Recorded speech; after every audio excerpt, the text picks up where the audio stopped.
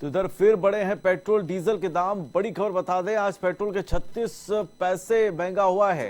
Diesel में 17 पैसों की तेजी हुई है, तो पेट्रोल पहुंच गया है 108 रुपए 48 पैसे प्रति लीटर पर। वहीं डीजल 99 रुपए 1 पैसे प्रति लीटर पर पहुंचा है। प्रीमियम पेट्रोल भी पहुंचा है 27 पैसे प्रति लीटर महंगा हुआ है। प्रीमियम पेट्रोल की बात करें तो 111 रुपए 54 पैसे प्रति लीटर हो चुका है। 2 दिन पहले डीजल हुआ था 17 पैसे सस्ता, लेकिन डीजल फिर से 17 पैसे महंगा हो गया है। बड़ी खबर बता दें आपको, लगातार पेट्रोल डीजल के भाव में बढ़ोतरी हो रही है।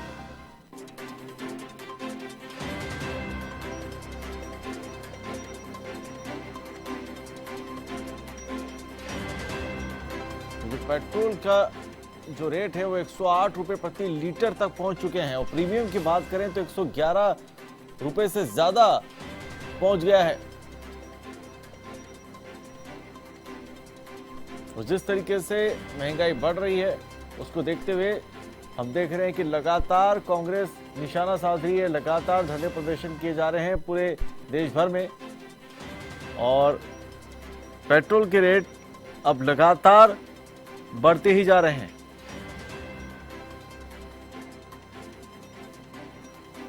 तो बड़ी खबर बता दें आपको, तो प्रीमियम पेट्रोल के जो रेट है वो 111 रुपए 54 पैसे पर पहुंच चुका है प्रीमियम पेट्रोल।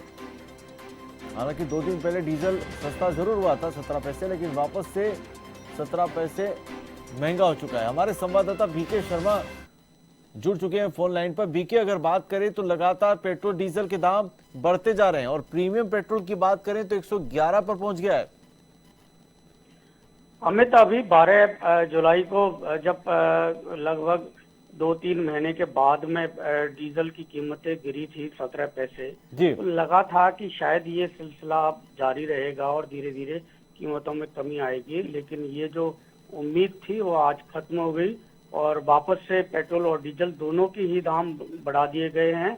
डीजल जो कम हुआ था 17 पैसे वो आज फिर से बढ़ गया है और इसकी वजह से जो परेशानी है उपभोक्ताओं को, उद्योग व्यापार सभी को मुश्किल का दौर है। ये कोरोना काल अभी भी चल रहा है और इस दौरान दूसरे जो लोगों के काम धंधे व्यापार रोजगार सब के ऊपर काफी दबाव है और उस दौरान ये पेट्रोल और डीजल की कीमतें बढ़ने से लोगों को जो तमाम उसकी जरूरतें हैं महंगाई उस पर ये इसका सीधा असर पड़ रहा है।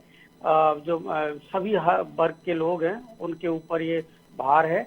लेकिन इस बीच एक खबर और आई है कि जो नए पेट्रोलियम मंत्री बने हैं केंद्र में, हरदीप पुरी, उन्होंने कतर और यूएई से बातचीत की है और वहां बात की है कि वो कम से कम अपना उत्पादन बढ़ाएं और जो देश उनके यहाँ से क्रूड ऑयल का आयात करते हैं उनको इसकी सप्लाई बढ़ाई जाए। मैं आपको बता दूं अमित कि बीच में पूरी दुनिया में ही ट्रांसपोर्टेशन कम हो गया था और ट्रांसपोर्टेशन कम हुआ था तो जितने भी पेट्रोल उत्पादक देश हैं उन्होंने उत्पादन जो क्रूड ऑयल का कम कर दिया था। उनको ये मानना था कि जो स्टॉक में उनके पास क्रूड है उसी को बेचा जाए। यदि मांग कम है और उत्पादन ज्यादा होगा तो उसकी कीमतें गिर जाएंगी तो उनका मुनाफा कम होगा। तो इस बीच में ये अंतर्राष्ट्रीय जो बाजार की स्थिति ये है कि अभी भी उत्पादन ओपेक देशों ने की इन पर जो मोनोपोली है उसके कारण उन्होंने उत्पादन को सीमित कर रखा है। तो अब उत्पादन बढ़ाने की मांग की गई है। तो अब इसका ये वो लंबा प्रोसेस है कि इसका असर कब होता है, क्योंकि वो देश की जो सरकारें हैं वो उसमें पॉलिसी डिसीजन उनको लेना पड़ेगा, उनको अपने बदलाव करने पड़ेंगे, इसके लिए उत्पादन बढ़ाना होगा और पूरा कोई भी एक देश ये निर्णय नहीं ले सकता। पेट्रोल उत्पादक जो सभी देश हैं उनका एक ओपेक संगठन बना हुआ है, तो वो ओपेक संगठन के तहत उनको डिसीजन लेना पड़ता है। लंबी प्रक्रिया है लेकिन कम से कम शुरुआत तो हुई है, क्योंकि अभी तक पेट्रोलियम मंत्रालय ने कोई कोशिश ही नहीं की थी किसी भी तरह की, ना कोई बातचीत की थी कि किस तरह से इसको कम किया जाए। लेकिन अगर ये शुरुआत भी हुई है तो भी एक अच्छा संकेत माना जा सकता है अमित। यानी बीके, हो सकता है, संभावना जताई जा सकती है कि 3 या 4 महीने के अंतराल में हमें कुछ राहत मिल सकती है, आम आदमी को राहत मिल सकती है। जी हाँ, ये लंबी प्रक्रिया है और ये एक तरह से कूटनीतिक, जो अंतर्राष्ट्रीय कूटनीति होती है उसका असर होता है। अब आपके किसी देश के साथ में किस तरह के संबंध है और आप वहां से दबाव बना के वहां से ज्यादा क्रूड ऑयल आप मंगवा सकते हैं और जिससे यहाँ पर जो कमी है वो उसकी पूर्ति की जा सके, और या उनसे कीमतें कम में आप ले सकते हैं। लेकिन ये संभव इसलिए नहीं है कि ओपेक संगठन तय करते हैं अंतर्राष्ट्रीय स्तर पर क्रूड के दाम क्या रहेंगे, तो संगठन में के ऊपर दबाव बनाने की ये रणनीति होनी चाहिए। और इसमें यदि भारत के साथ में दूसरे देश और मिलें जो ज्यादा पेट्रोल और डीजल का ये आयात करते हैं, क्रूड ऑयल का आयात करते हैं, तो शायद इसमें सफलता मिल सकती है। लेकिन ये लंबा प्रोसेस है, क्योंकि ये बातचीत अभी शुरुआती बातचीत है। फिलहाल तो यहाँ अगर कुछ करना है तो सरकारें केवल केंद्र और राज्य सरकार मिलकर इस पर टैक्स कम कर सकती है। केंद्र सरकार इस पर उत्पाद शुल्क लेती है और राज्य सरकारें वैट वसूलती है।